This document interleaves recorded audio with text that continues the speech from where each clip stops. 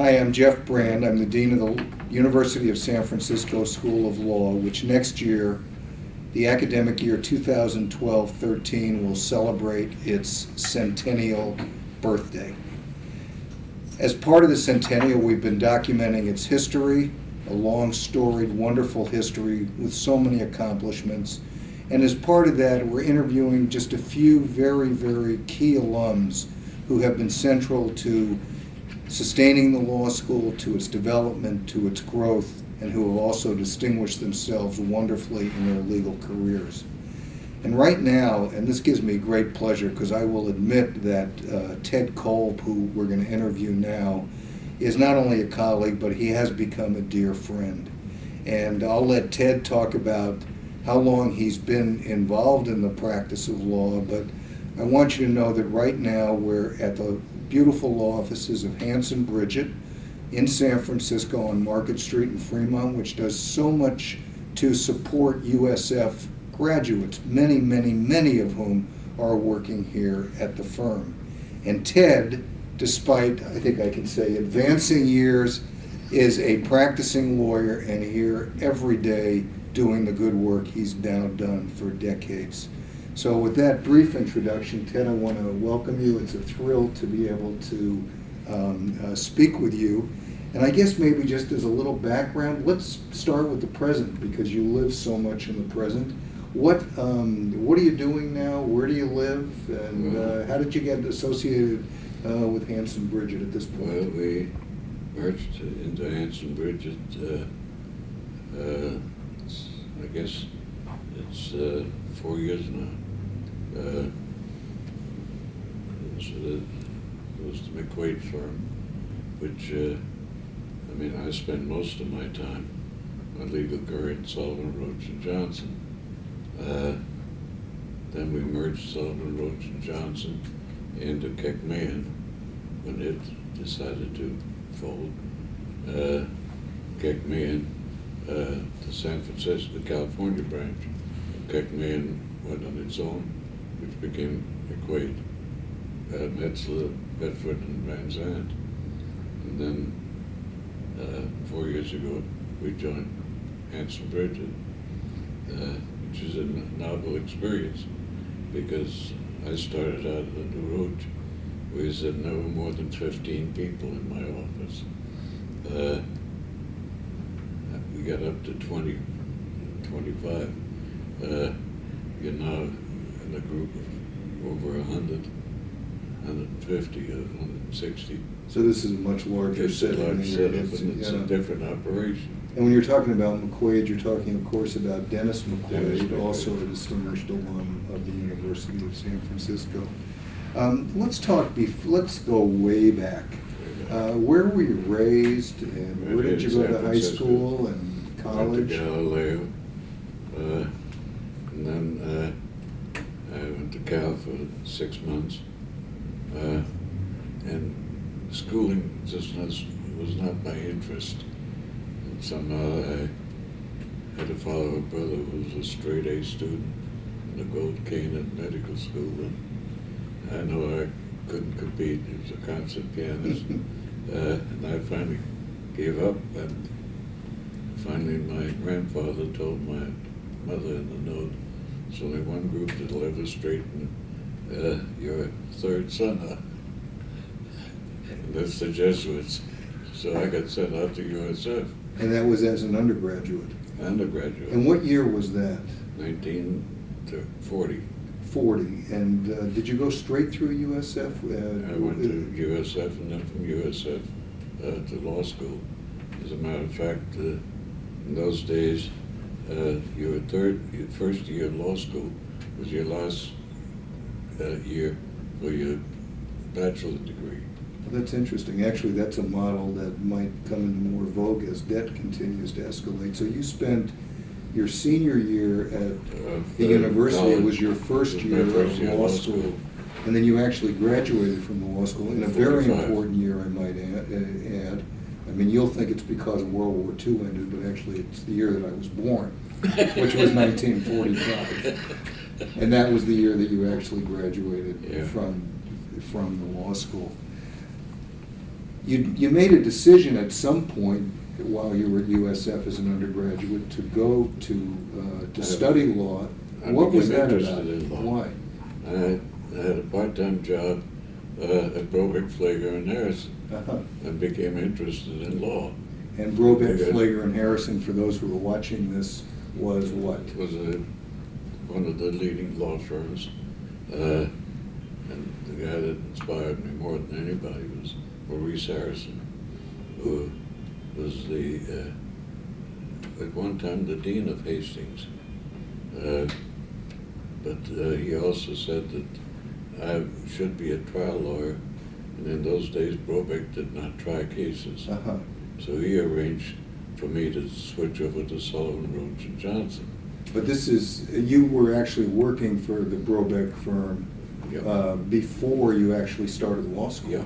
And what were you, like a runner or Yeah, just a law clerk. Yeah, and you'd file papers and Yeah. whatever, and that piqued That's, your interest Piqued my interest in law. in law. Then naturally Sullivan Roach, their connection with USF is very close, since Sullivan was dean. Matt Sullivan was the first dean of the law school of At USF. USF. And of course, there have been many distinguished Sullivans along the way, including Ray Sullivan. Ray was no Different, relation. no relation. The other Sullivan was Jeremiah Sullivan, who was the founder of the State Bar, who was also in the Supreme Court, but not the Chief Justice. Right, but Matt Sullivan, Matt Sullivan was the Chief Justice. was the Chief Justice from the USF. Well, he was the first dean of And the USF first Law dean, School, right. but also the Chief Justice. But I never met him, but at the time he died in 37. Uh-huh. But he was a man of what they called men of principle. Uh-huh. One of them was that he would never run for public office. And when he was Chief Justice, he had to stand for re-election, although nobody could file against him. And he said, that's running for public office. Oh. And he resigned. Wow. He didn't resign, he just didn't run. And Angelotti ran and became Chief Justice. Got it. Well, let me take you back again to now you're a junior and you're thinking about law. Did you think about other law schools besides USF? No. How come? Because I was in Sullivan Roach at that time. And in Mr. Roach's office, you went to USF. So that was kind of understood. It was sort of understood. I see. Okay, so let's take you back to law school now. Okay, it's 1943, I guess. 41. 41. Oh, wait, yeah. Do we have that right? Well, regardless, okay, we're in the Well, I year. went to the service in between a little bit. Tell me about that, just Well, I briefly. just had a short stint because they found my ulcer and kicked me out. Oh, I see. So you actually started law school in 41. Of course, World War II was ongoing. No, it wasn't ongoing yet. Pearl Harbor had not had hadn't yet. happened yet. Okay, there was only the European theater at Yeah. that point. All right, and then you do get called, and then medical issues intervene, and you're back. So, and you're back to USF in what year? 45. January 45. Okay. And talk to me about the law school and the setting, Well, and what it you was gotta like in remember, those days. In those days, we were in the war years.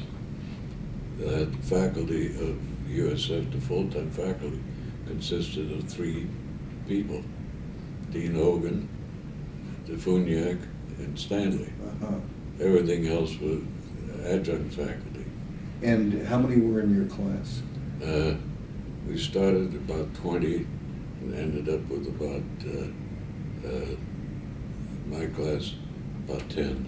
Yeah, because we spoke this morning to Noel Dyer, who graduated in 1939. They graduated 7 students.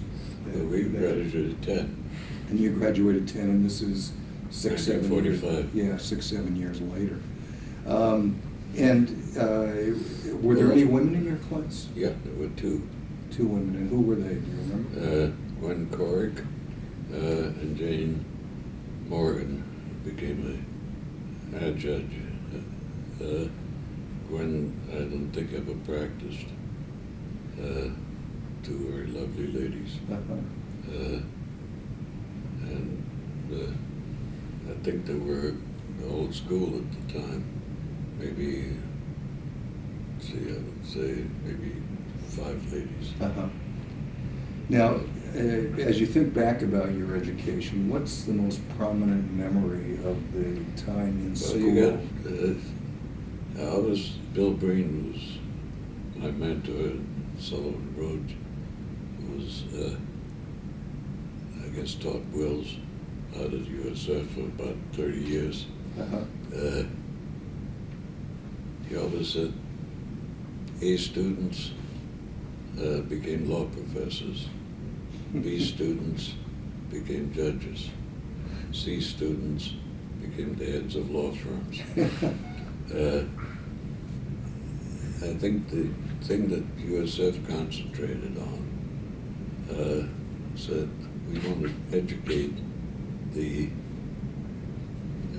middle class of students. We're not interested in just eggheads. And how did that translate to you? What did that mean to you? We got a practical education because most of the teachers that we had were practicing lawyers. I mean, I had Press Devine for criminal law. Who went on to the Court of Appeal eventually? Well, at that time he was assistant district attorney. Right. He wasn't on the bench yet. Yeah.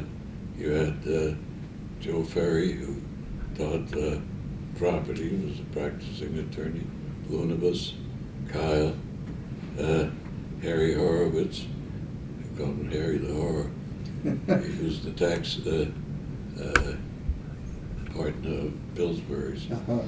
He was also former Internal Revenue. I think he was appellate division. It sounded like your class had a sense of humor. You had Harry the Horror, and you had some other colorful nicknames. Liverlips.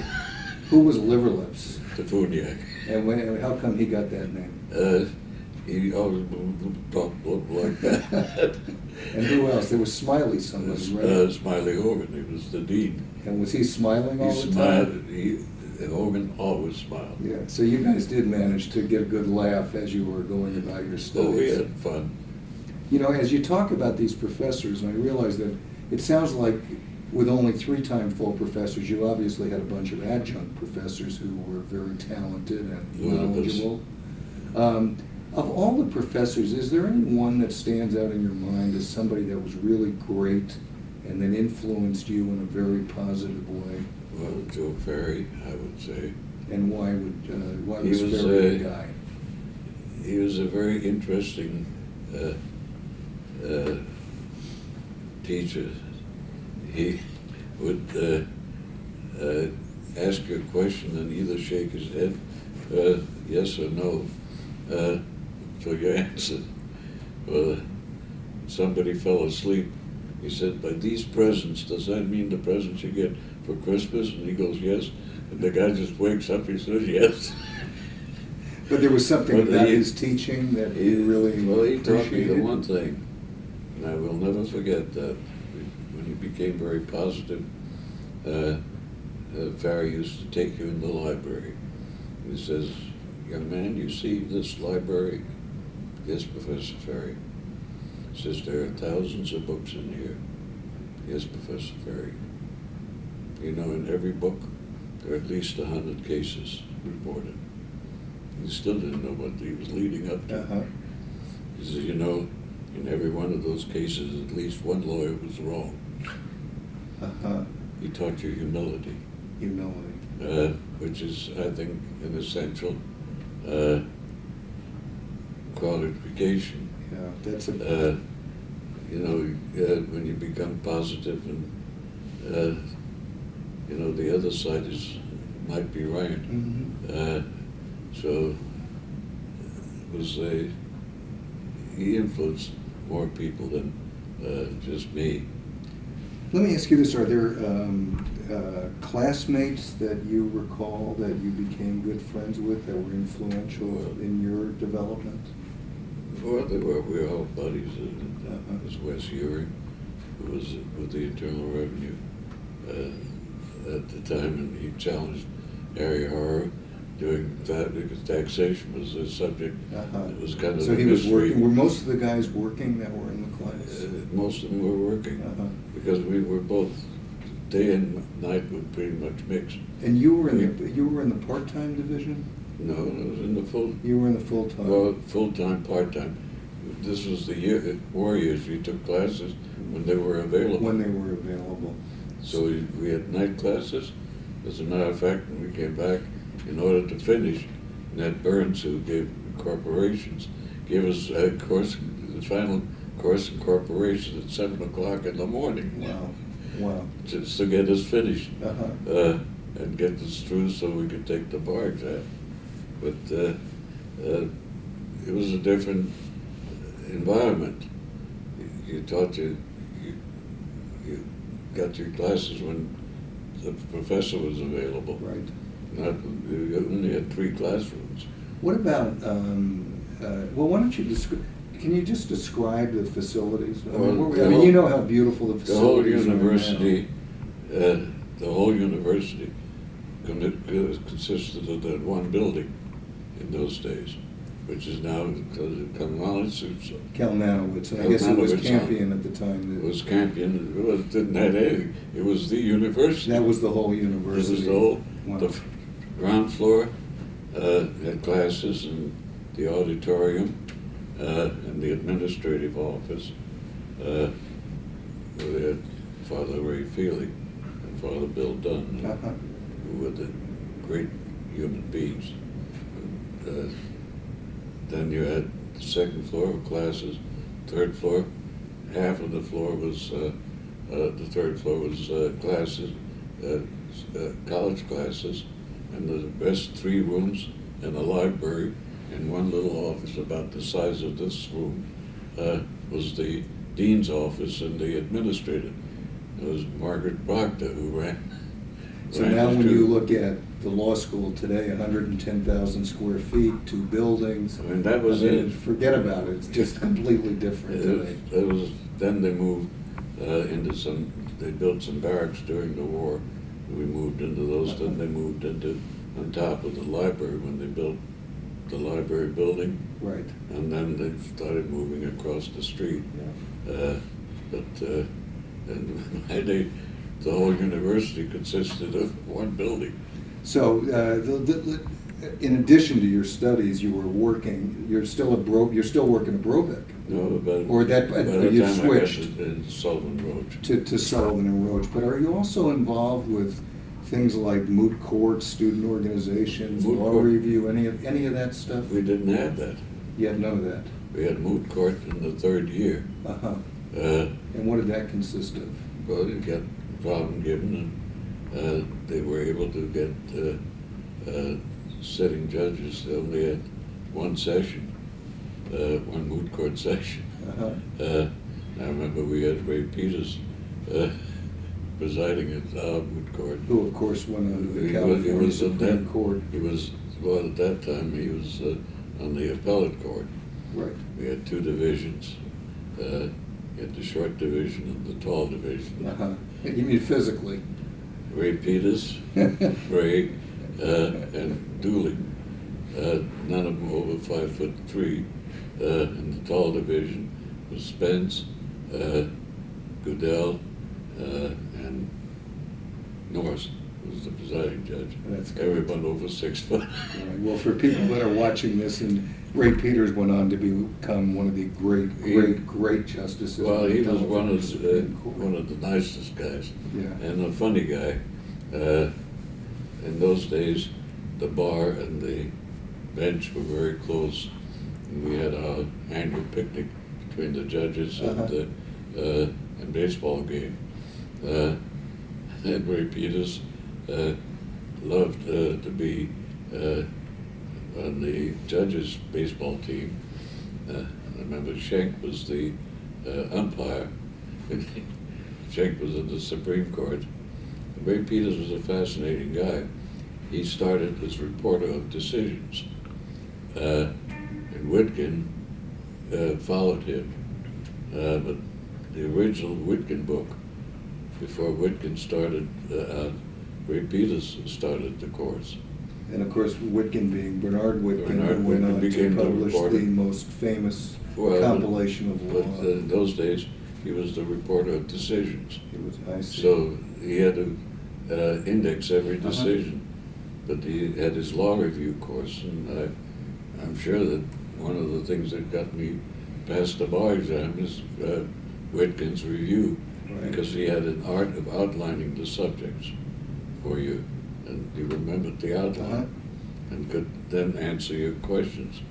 Well, let me just conclude the discussion about the law school years with these two questions.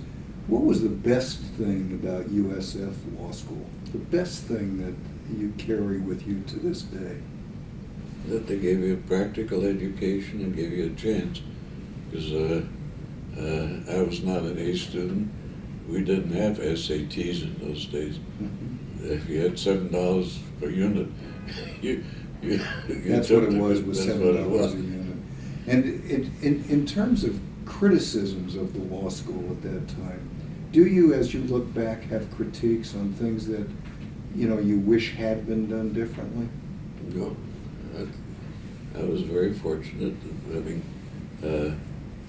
attended a school that was interested in building, teaching you to practice law. Uh-huh. Gave you some of the basic principles. You had contact with practicing lawyers, not scholastics. You shied away, frankly. DeFunier gave one course that was in community property, and he wrote the book. Right.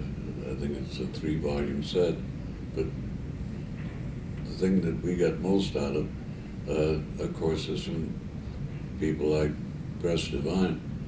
I hated criminal law, never could pass criminal law. I remember I got a C. Press said, well, I tell you what, we're coming back on such a date, we'll go over the exam and I'll tell you what the answers are. Well, he did. And I was very surprised I got a C. He was very generous. I would have given me an F. Right. But it's you had the human touch and contact with the students. It wasn't like the professor in the ivory tower. Mm-hmm. So Professor. that practical education meant a lot to you, and obviously. It's the thing that got me through my practice. Okay, so now it's 1945. Because of your incredible productivity and longevity, and all of which is wonderful, we're talking now, what are we talking, 67 years since, is that right? Yeah, that's right. 67 years since you graduated law school. So there's a lot of territory to cover, but I want to focus on two different aspects. One is your practice, but before we get to that, because I want to make sure this gets emphasized, you have had an incredibly close relationship to the law school since graduation. As a matter of fact, years ago, not too many years ago, we had the honor of designating you as the Alum of the Year. You've also been absolutely pivotal as a member of the Board of Counselors, and maybe the most important contribution of any alum in the history of the law school is the obtaining of the Barnett Chair, which of course you were absolutely central to, which now supports most of the clinical education that we support at the law school. So I'd like to focus on the counselors and issues at the law school, and also the Barnett Chair, so that people understand as best we can, because it's hard to convey it in words, all that you've meant to us. Well, So why don't you start with the counselors? Well, And look, what have the issues been over the the years? school gave me what my founding, and you have to pay back what you received. Uh-huh. And if I can contribute to other students sharing with them my experiences. I'd love to if that can help them. But as far as the university is concerned, they gave me my foundation, and you don't forget your debts. Uh-huh. Well, that's wonderful. I'm It's not sure just everybody operates that way. Well, but I that's know the that way we I was certainly do. reared. You don't, Yeah. you can't be a taker. You have to give back what you receive. Well, that's And look, they give me the Jesuits, and beforehand straightened me out. I was going down the drain. I was an ex-bad boy. uh-huh. But I don't know what they did, but they straightened me out and got me going, and I owe them a great debt. And you've straightened us out on occasion. Well- Let's just talk about the counselors for a second. In your mind, why were the counselors formed? This is the Board of Counselors, and over time, what do you think the Well, most George important Helmer issues? had the idea that we ought to support the school, not just by raising money for them, but to help them get to be the school that it is today, and helping in building it up. And he asked guys like Noel, Dyer, me, and a group of us to form the Board of Counselors to sort of be counselors to the faculty, to give them a feeling of the community and the practical end of the practice of the law, and make sure that the university, frankly, doesn't get off on the egghead idea of some of the Eastern schools, Uh-huh. and maintain what the founding of the University Law School was. And you've been on the That is- counselors ever since its formation. Yeah, but the point of it is to give it practical education rather than just scholastic education. Fair enough. I mean, scholastic with, naturally, as the foundation, but to emphasize the practical end of the practice of the law. Which of course then leads to the Barnett Chair, because the Barnett Chair in fact supports. Phil and I were close friends. So this is Phil Barnett. Phil Barnett and I. He was a lawyer, He was a lawyer. right? He was 111 Sutter Street, and he and I were in a foursome. We played golf every morning, every Sunday morning. Now this can be a very long story, but what's the short version The short of how the version? Barnett Chair happened? Well, I was after Phil. They had no children, and Phil and I always talked about the practical end of the law, to emphasize it. And he decided to form the thing, but Muriel, This is his wife. was his wife. He predeceased her, and Muriel said, "Well, I'm going to carry out what Phil wanted." Well, there was And what Phil wanted was to make a major contribution to the law school.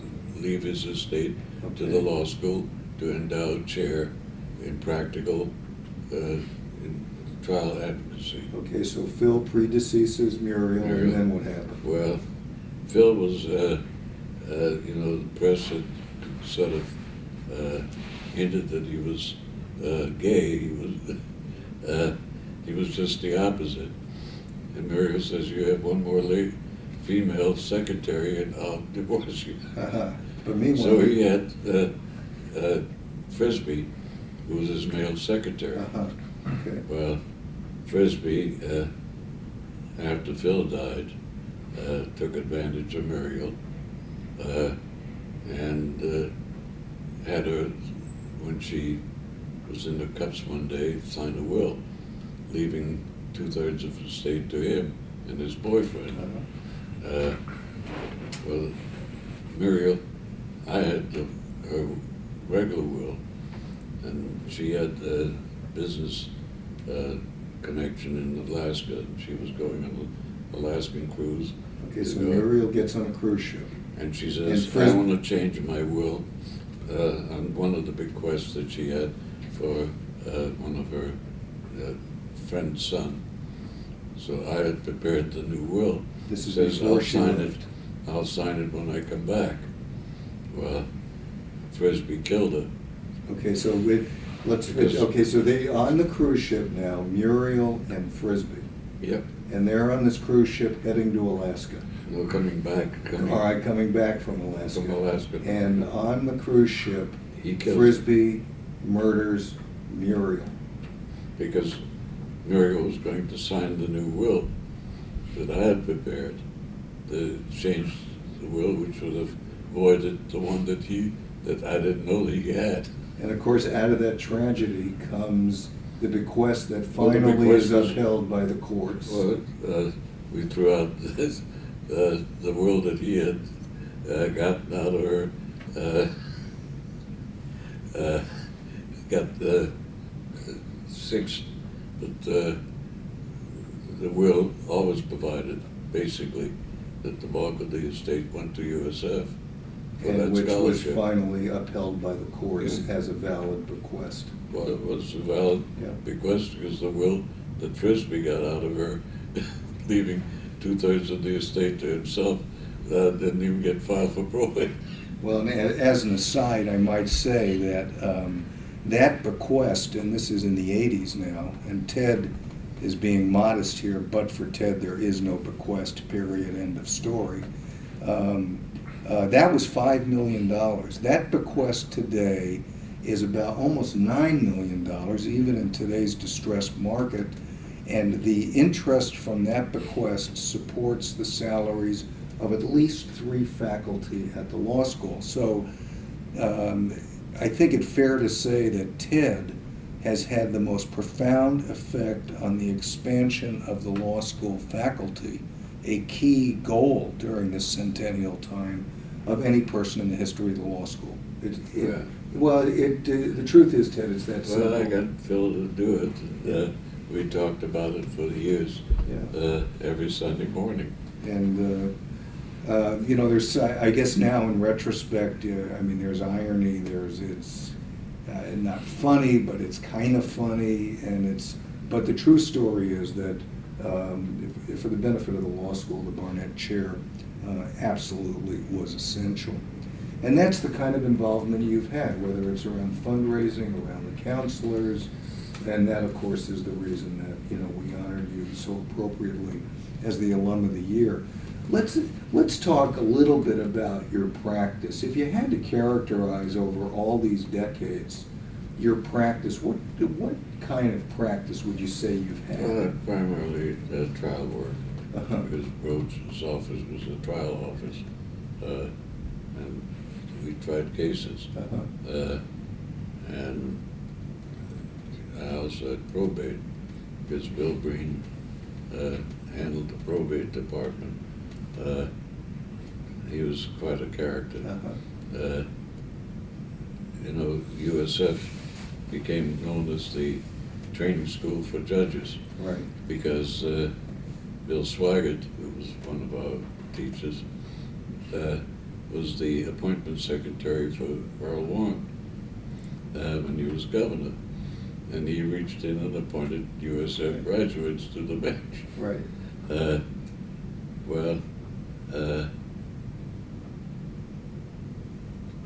You had these judges, and everybody said USF is the training school for judges. Well, it isn't. But Bill Swaggart was just picked the best men for the job. I don't think we disgraced the bench at all. No, and not only that, even after Bill Swaggart no longer was in that position, USF alums, men, women, went on the bench. White, black, brown, Asian, all continued. The only thing I didn't like was appearing before Bill Swaggart, although he and I became very close friends. He was tough. Well, he didn't hesitate to tell you right in open court counsel, I thought I better taught you better than that. Yeah. Let me ask you this, Ted. You know, when you're in a crowded courtroom, you make a boo-boo, and the judge turns around and says, I thought I taught you better than that. It becomes a little embarrassing. Yes. That'll But keep Bill you on your wouldn't toes. hesitate. He always called himself SOB, Right. Sweet Old Bill. Uh-huh. Well, if you could think back to your initial practice in 46, 7, and think about what you do daily today in 2012, do you think you would you say you enjoy the practice of law as much now as you did then? Yes, I do. Why? Because trying to solve problems is fun. Mhm. It's a challenge. And trying to figure out how do you resolve the problem? How do you get around the thing and get everybody satisfied? I think, to me, that's the same thing trying a case. You figure out what's the proper answer. And the trial is establishing the truth.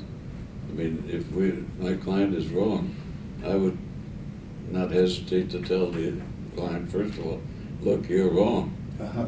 Here's the law. And you did some, then you try and settle the case for the best that you can.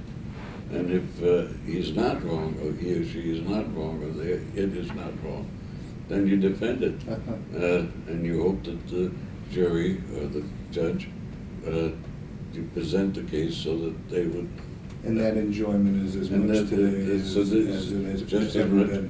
It's just as fun today as it is, Uh-huh. and a challenge that it was 60 years ago. But so much has changed in the practice of law. Can you talk about what you think the biggest differences are now, and are they good, bad, or just Well, different? you know, over the years, we tried to figure out things to expedite trials by bringing discovery. Unfortunately, some elements of the bar, instead of using discovery as a tool, take it as a weapon. Mhm. Sullivan Cromwell in their library in New York has a sign, "We discover the opposition to death." Hmm. I think using the tools that we got to expedite resolving disputes are being misused as weapons. I mean, I was in a meeting the other day, and the young lady on the other side says, "We'll take 80 depositions of your client," and depose everybody. And I said, "Wait a minute. You're not going to take 80 depositions. You're not going to solve this problem by threatening what you're going to do." Mhm. Unfortunately, some of the young kids today think they have to show up how macho they can be. And what do you think the solution to that problem is? Trying to teach people humility, number one. And we had a fraternity. It was a much smaller bar. We'd fight like the Dickens with each other Mhm. in the courtroom, then go out and have a drink together. We hadn't, somehow, we had lost the ability to communicate. Yeah, you know, it's interesting as you talk about that, because you hear the same complaints about Congress. You know, this whole notion of loss of collegiality somehow really It becomes negatively affecting the public discourse. The whole society. Yeah. We've become a confrontational society instead of a communal society.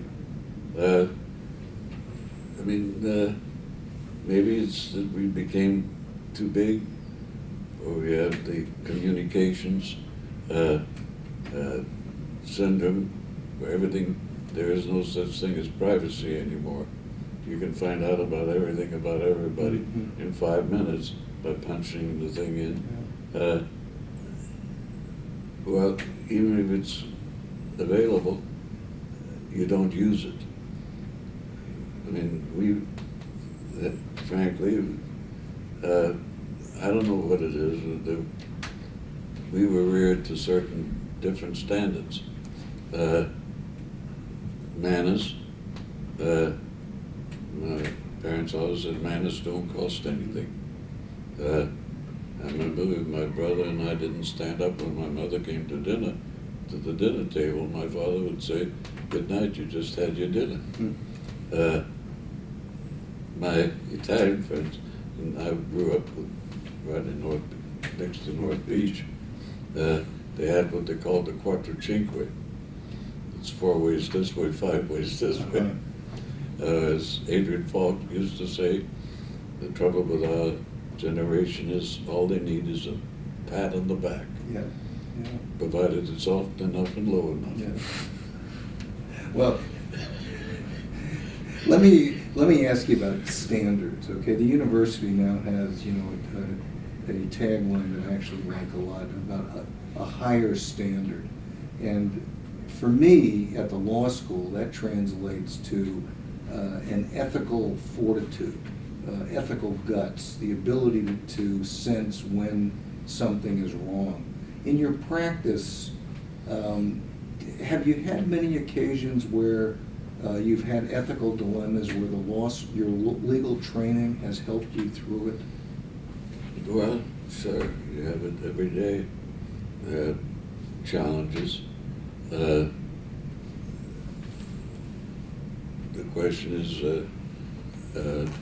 you take in the state practice, do you have a conflict? The ethical standards are the important thing. We have that old question. I'm in the ethics committee ethics committees of the bar and the ABA. We got the big fight right now of question of non-lawyer ownerships of law firms. Mm-hmm. It's prohibited in 50 states. The only place it's permitted is in D.C. Mm-hmm. D.C. is now moving, trying to get the standard removed that you can't have non-lawyer ownerships of law firms. And the excuse is we have Washington, D.C. offices, and we don't know how to handle our fees. Right. Well, just because 50 states say you can't, and one state says you can, you're not going to change the standards. Yeah. Well, in terms of your ethical instincts, how did your training help you with that? Well, it teaches you right or wrong.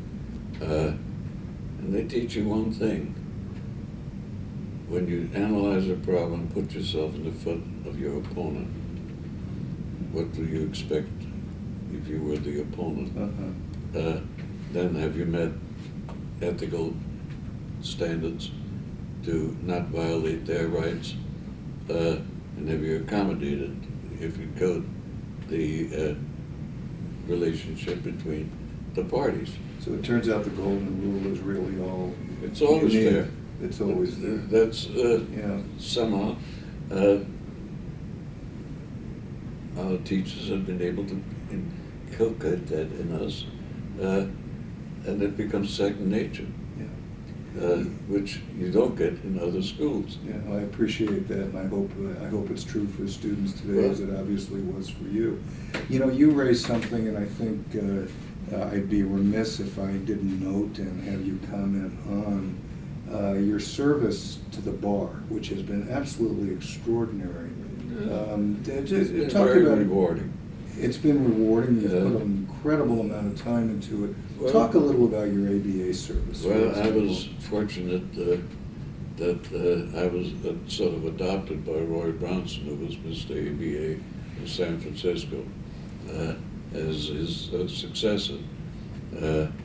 And I got involved in junior bar and at ABA. And then I was asked to represent San Francisco in the House of Delegates. Uh-huh. Because Roy just had it for 1 year, and he didn't want it. And he says, "You take it."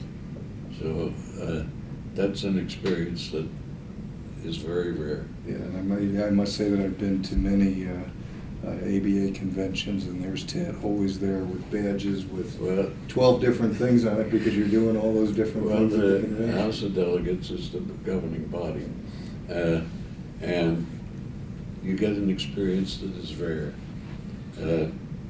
You meet people from areas of the country, and they have some attitudes that are completely unacceptable to you, but you meet them and they're great people.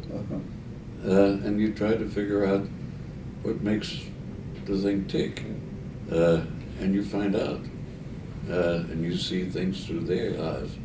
Well, and that's what you were talking about with discovery and with, understanding other Try to- perspectives and well, collegiality. The thing that I always remembered, we can't do it today because with quote, the hourly rate, you can't afford it. But Mr. Roach would call you in and give you a problem. You go to the library and you start researching that problem. You start pulling down books. Pretty soon you find that half of the books that you're looking for are already on the table because somebody else is looking at it. So naturally you start chatting about it. Wait a minute. That's not our side. Our side is such and so. So I would explain what Mr. Roach told me to look up. And George Chadwick would be on the other side, let's say, said, no, it's such and so. So you wait till Saturday and you wonder, did I misunderstand my assignment? Do I still have a job next week? So on Saturday you go in and say, Mr. Roach, I'm sorry, but maybe I misunderstood you. Didn't you tell me to do such and so?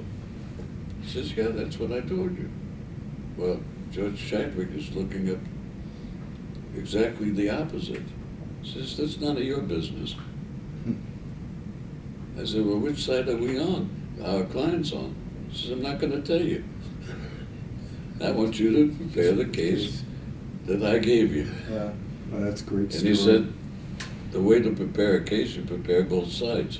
Yeah, of course. Then you find out the weaknesses of your side, and you start meeting it. That's the way we were taught how to start And preparing a that's case. a great lesson for our lawyers. As we wind down here, I do just have a couple of other thoughts that I'd like to ask you about. I think it's appropriate to move back to the university now. We're going to be celebrating our centennial.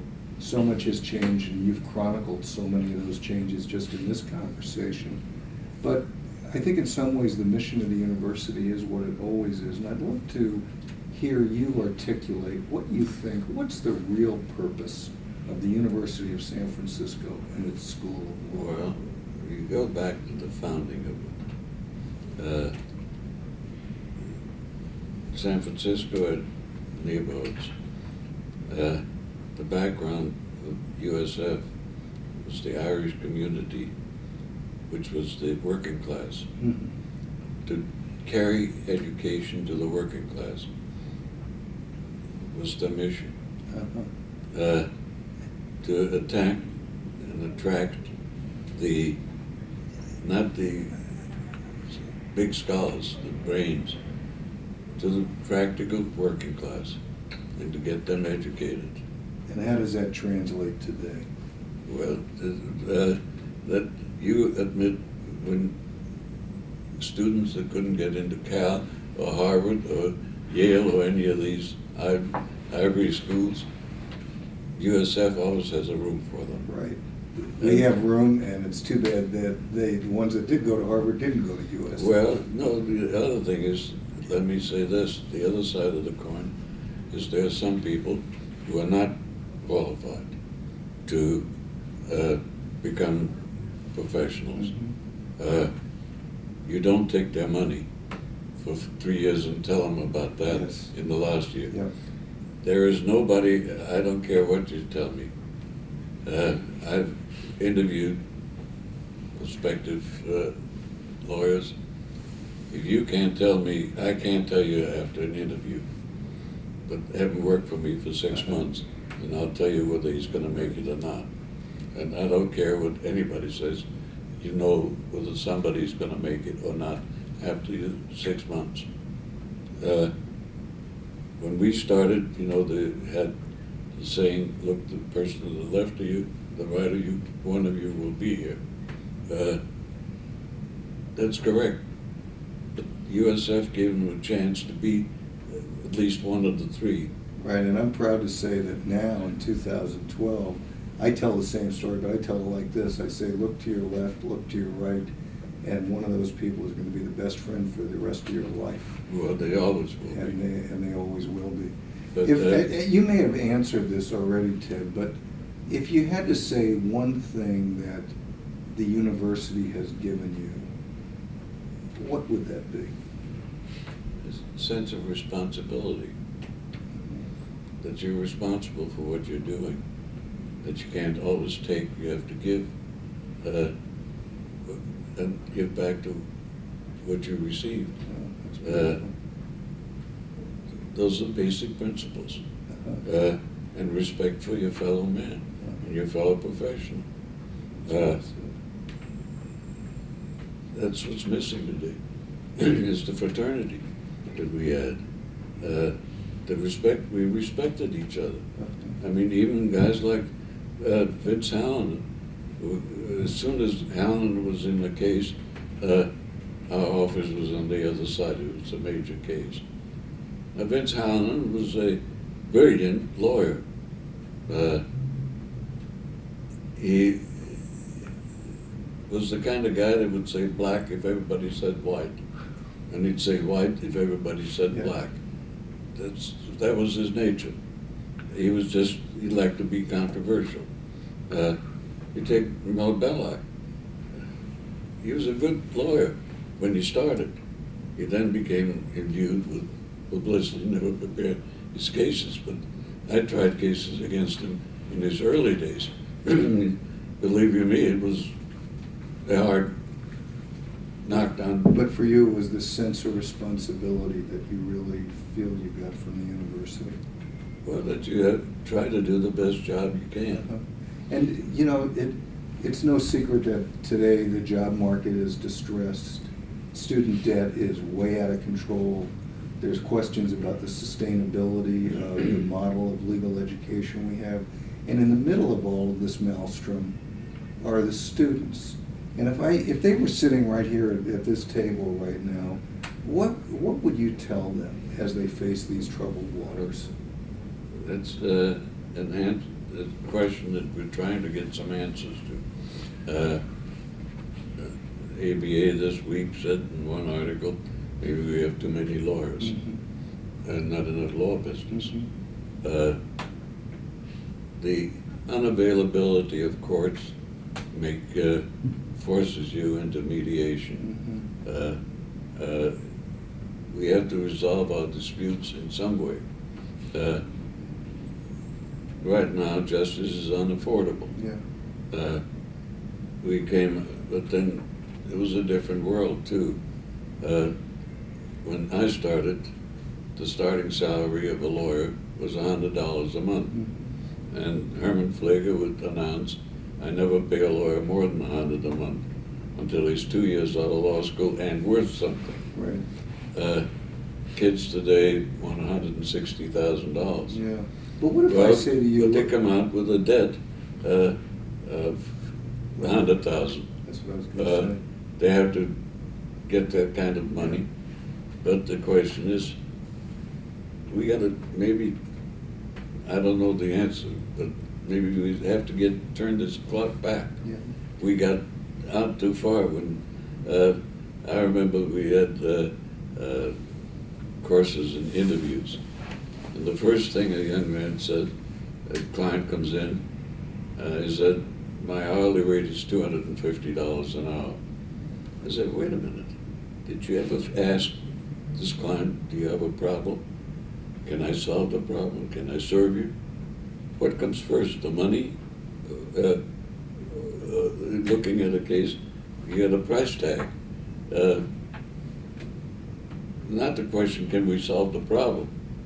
The first thing that comes in, how much can we get for this So kid? in some ways, we're asking the wrong question. We're asking the wrong question. Well, let me. We become too materialistic. Let's assume that, and so many of our students are like this, you have a young student, third year of law school, deeply in debt, says, look, Mr. Kolb, I've seen your practice, I've watched you, you're a role model to me. I understand that I can't be greedy, I want to ask the right questions, but I'm nervous about my choice for being a lawyer. What advice do you give that well-meaning student? Well, it's a tough question because I don't think law business exists. It's killing itself by pricing itself out of business. I don't know what the answers are. It's searching it on the national level to get some answers. Yeah, so we haven't got the answer yet. We know there's a problem. That problem is corporate demands. They don't care what they spend. When you figure out that the cost of the battle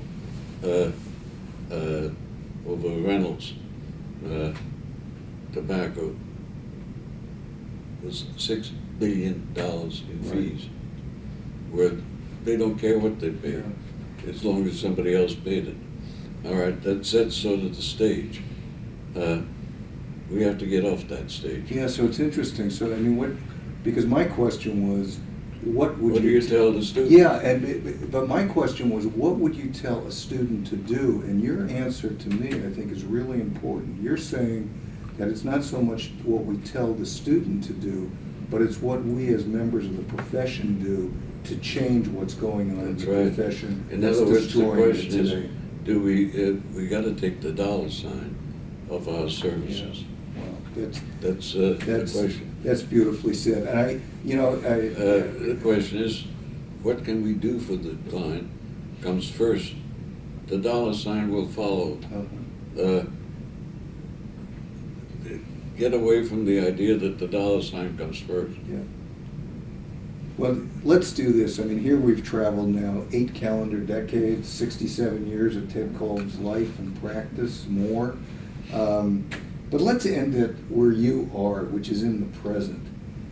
Tell me this, Ted. Tell me a typical day of Ted Kolb. What do you do? I mean, I want to know the whole deal. What time do you get up? What do you do 6 all day? o'clock. Watch the news.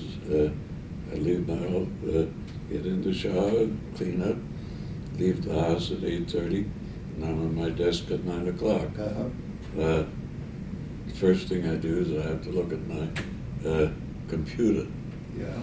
Because everything is now done by email. Right, and maybe you're sending me an email telling me I missed something, which you do on occasion. Occasionally I send you something, but I look at it, I got 30 or 40 emails that came in overnight since 5 o'clock last night. So I spent about an hour answering those things. Then I get into whatever I had to do. I have several major estates that have businesses that have problems. You try to resolve the problems. You try to resolve some of the plans, estate plans, that some of them have. But primarily it's in the administration of the trust. I mean, I got to solve their problem. I get deeply involved in the wine business because I got on the board of Beaulieu Vineyard. Then I hired Mike Gergich, formed Mike Gergich Hills. I formed him, put him in Austin. It's not a hill, it's Hills Brothers Coffee. I put him together. And so what time do you leave the office on a typical day? Leave about 5:30. And you do this every day? 6 o'clock, then, yeah. Yeah, let me just ask you one last question. How old are you, Ted? How old are you? 92. I'm 91 right now. I'm not 92 yet. I get another couple of weeks. Well, what a great way to end it. And I would like to say, that we've run out of time on the tape, but I think really what's probably happening is that Ted probably needs to get back to his desk to finish up whatever he's doing. So, Ted, I really do want to thank you. It's an honor to be associated with You've been you. one of the greatest deans Well, we've had. Believe you me, I've been through a whole group of deans I worked with, and you've been one of the best that I appreciate the university has had. Well, I appreciate it, and it's been a great partnership. Thanks, Ted. Okay. And thanks.